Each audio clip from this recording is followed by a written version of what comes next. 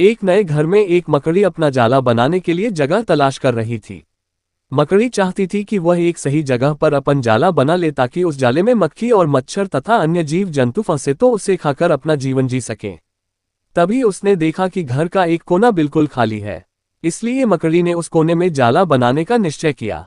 अभी उसने जाना बनाना शुरू किया था कि घर के फर्श पर बैठी बिल्ली उसके सामने देखकर हंस रही थी।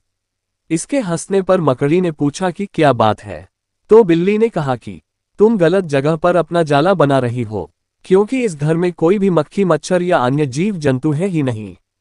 अगर तुमने इस घर में जाला बनाया तो वो केवल तुम्हारी मेहनत ही होगी, तुम्हें कोई खाना नहीं मिल पाएगा। मकड़ी को बिल्ली की बात सही लगी। उसने बिल्ली को शुक्रिया कहा, फिर जाले के लिए अन्य जगह की तलाश में निकल गई। थोड़ी देर बाद उसको एक खिड़की का कोना जाला बनाने के लिए ठीक लगा और वहां मकड़ी अपना जाला बनाने लगी। तभी खिड़की के बाहर एक चिड़िया ने मकड़ी को आवाज लगाए और कहा कि यहां तुम्हारा जाला बनाना बिल्कुल बेकार है, क्योंकि इस खिड़की से तेज हवाएं आती जाती रहती है। इसलिए अगर तुमने यहां जाला बनाया तो न केवल तुम्हारा जाला टूट जाएगा, बल्कि तेज हवाएं तुम्हें भी उड़ा ले जाएगी। मकड़ी को चिड़िया की बात भी सही लगी और उसने वह जाला भी अधूरा छोड़ दिया। फिर एक नई जगह की तलाश में आगे बढ़ी। थोड़ी देर बाद उसने एक अलमारी के दरवाजे पर अपना जाला बनाना चाहा।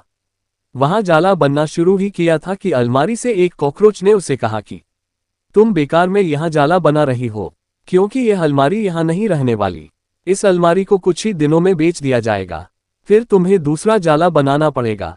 इसलिए बेहतर है कि तुम किसी सही जगह को चुनो और वहां अपना जाला बनाओ।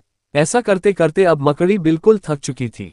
अब उसमें जाला बनाने के लिए कोई हिम्मत नहीं बची थी। वह निराश होकर एक जगह पर बैठ गई।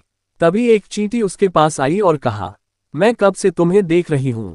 तुम हर जगह आधा जाला बनाकर छोड़ती हो और नया जाला बनाने की जगह ढूंढने लगती हो, और अब तुम्हारे अंदर नया जाला बनाने की कोई हिम्मत भी बाकी नहीं रही। वो इसलिए क्योंकि तुमने अपना काम दूसरों की सलाह पर किया। अगर तुमने अपने काम के लिए अपने मन की बात सुनी होती तो तुम्हारा जाला बन चुका होता। मकड़ी उसकी बात को शांति से सुनती रही और पछता रही थी कि उसने अपने मन की बात नहीं सुनी। इस कहानी से हमें ये सीख मिलती है कि हमें अपने काम के लिए अन्य की सलाह और सूचनाओं पर निर्भर नहीं रहना चाहिए, बल्कि हमें जो सही लगता है उसका पूर्ण रूप से अभ्यास करने के बाद अपना काम पूरा ही करना चाहिए।